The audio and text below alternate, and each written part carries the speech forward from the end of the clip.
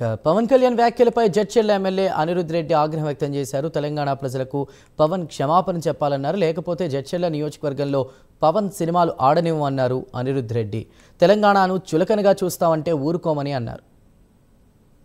చచ్చిపోయినాయి పవన్ కళ్యాణ్ గారు కోనసీమలో చెట్టు చచ్చిపోయినాయి తెలంగాణ వాళ్ళ దిష్టి వల్లనే అని చెప్పి చెప్పడం జరిగింది. ఇంకా అది కూడా కాకుండా కోనసీమ వల్లనే తెలంగాణ వచ్చింది, డివైడ్ అయిందని చెప్పి కూడా చెప్పడం జరిగింది.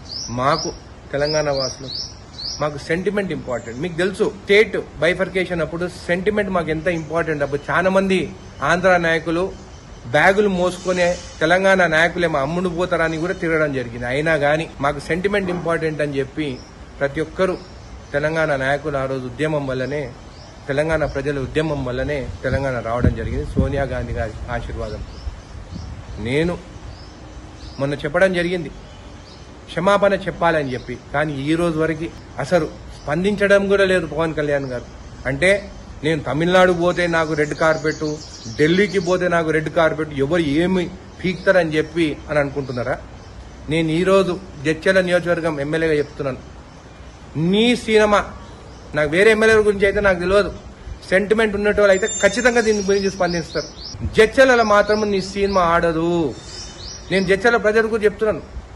మొన్న కూడా చెప్పినాను, నేను కూడా పవన్ కళ్యాణ్ ఫ్యాన్ అని చెప్పి, కానీ నాకు sentiment important, Telangana sentiment important. నాకు జడ్చర్ల యువకుడు కూడా చెప్తున్నాను, మనని నరదిష్టి అని రాక్షసులతో పోల్చడం మాత్రము కరెక్ట్ కాదు. ఆయన క్షమాపణ చెప్పాల్సిందే. నేను కోమటిరెడ్డి వెంకటరెడ్డి గారు కూడా మాట్లాడడం జరిగింది.